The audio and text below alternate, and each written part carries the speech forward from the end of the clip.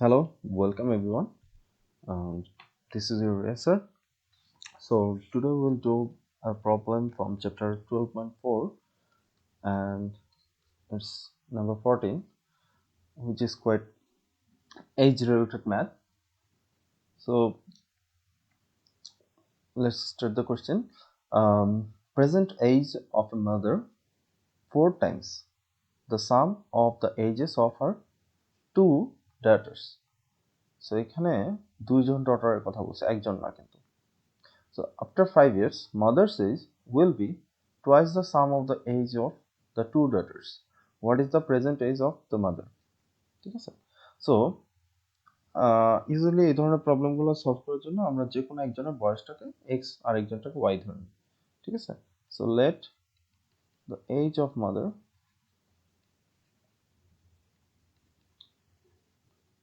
x years.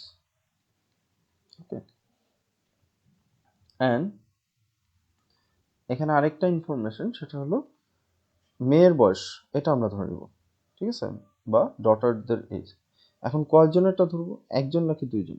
আমরা এখানে ধরবো দুইজনেরটা একসাথে। The age of two daughters. So এখানে শুধু তুমি যদি ডটার লেখো, টু না লিখে, তাহলে কিন্তু ভুল হবে। এখানে তুমি দুইজন ডটারটা একসাথে চিন্তা করতেছো। So Y years. ঠিক আছে?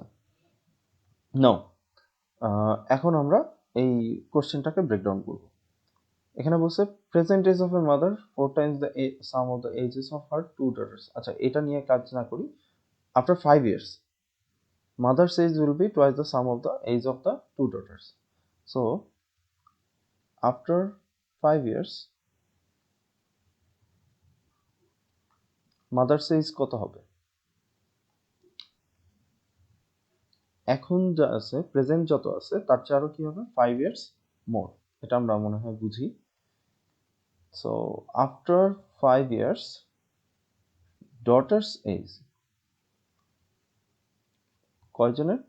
দুইজন ডটারের এজ কত হবে? এই জায়গাটায় সবাই একটা কমন মিস্টেক করে ফেলে।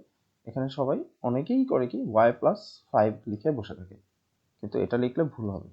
কেন ভুল হবে? কারণ ব্যাপারটা হলো দুইজন ডটারের বয়সের সামেশন বলা হয়েছে। ব্যাপারটা কি? ধরো একজনের বয়স 10, আরেকজনের বয়স 10। ঠিক আছে? সো 5 বছর পর এর বয়স কত হবে? 15। 10 প্লাস 5 which is 15। আবার 5 বছর পর এর বয়স কত? 10 প্লাস 5 15 ইয়ার্স। তার মানে দুইজনের বয়স কত হবে? 30। তার মানে কত বেড়ে গেল? আগে ছিল 20, এখন হয়ে গেছে 30। টোটাল বেড়ে গেছে কিন্তু 10 ইয়ার্স। সো তুমি যদি অনলি y প্লাস 5 বলো, তাহলে কিন্তু ভুলটা হবে। কারণ একজনের তো শুধু বয়স বাড়তেছে না, বয়স বাড়তেছে কিন্তু আমাদের দুইজনেরই। ঠিক আছে? সো আমাদের হবে y প্লাস 5 প্লাস 5 ইয়ার্স। ঠিক আছে? এই প্রবলেমটা আশা করি তোমরা ধরতে পারছো যে দুইজনের বয়সটাকে আমাকে কাউন্ট করতে হবে। এখন আমরা কোশ্চেনটাকে ব্রেকডাউন করব। সো আমরা কোশ্চেন ব্রেকডাউন করাটা শিখে গেছি already. Present age of a mother, এই লাইনটার জন্য কি চিন্তা করব? প্রেজেন্ট এজ অফ মাদার, এটাকে কত লিখবো? আমরা এক্স লিখবো। এটার পুরাটার বদলে এখন আমরা কি চিন্তা করতেছি? X 4 times the sum of the ages of her two daughters. এখানে কথাটার সাথে একটা ইজ থাকলে ভালো হতো। ইজ কথাটার জন্য আমরা ইকুয়াল সাইন বসাই। তারপর হলো 4 টাইমস, 4 টাইমসের জন্য 4, টাইমস কথাটার জন্য multiplication. The sum of the ages of her two daughters. The sum of the ages of two daughters কত?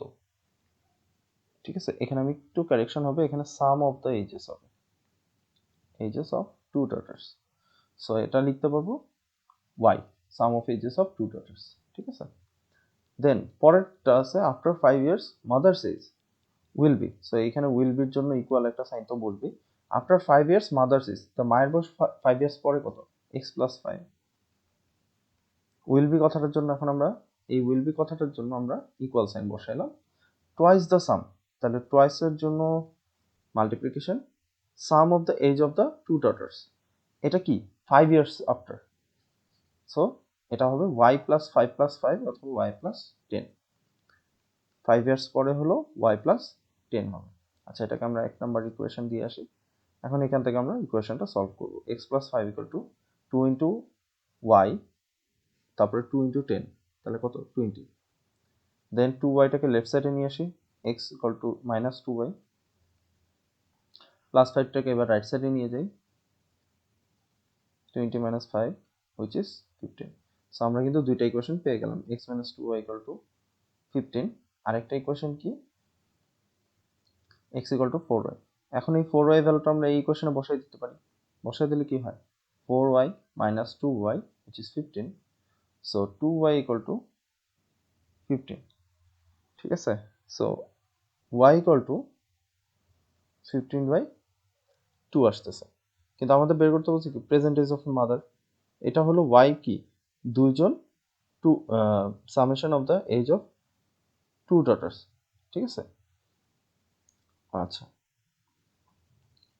এখন মাদার সাইজ কত হবে, y ইকুয়াল টু যদি 15/2 হয় তাহলে এই ইকুয়েশনে বসাই দিয়ে x equal two 4y, x equal two 4 into 15/2, so 2 into 2 4/2 কাটাকাটি হয় 30, so age of mother is 30 years, okay.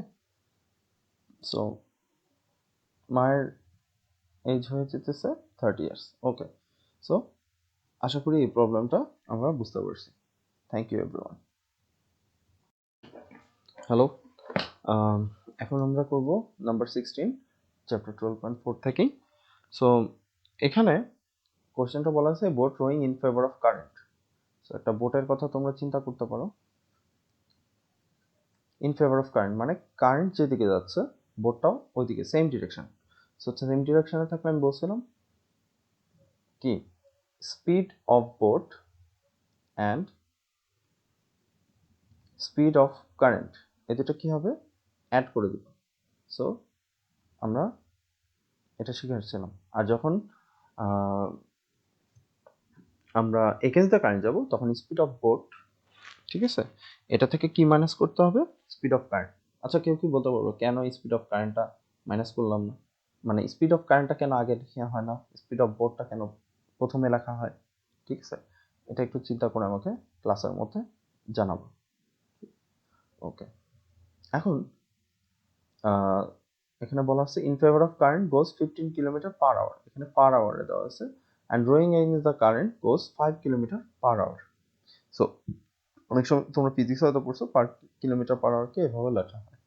Find the speed of the boat and current, তো তোমাকে বোটের স্পিড বের করতে হবে অ্যান্ড কারেন্টের স্পিড।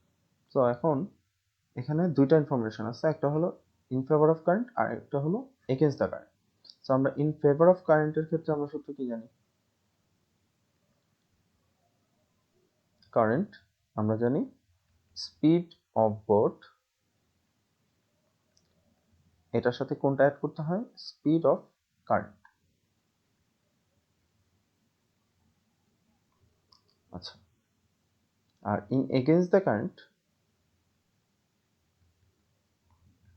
এখানে কি হয় স্পিড অফ বোট থেকে স্পিড অফ কারেন্টটা মাইনাস করতে হয়। আচ্ছা, একটা জিনিস তোমরা কখনো খেয়াল করছো, এখানে দুইটা ইনফরমেশন লাগবে, স্পিড অফ বোট বের করতে হবে, স্পিড অফ কারেন্ট বের করতে হবে।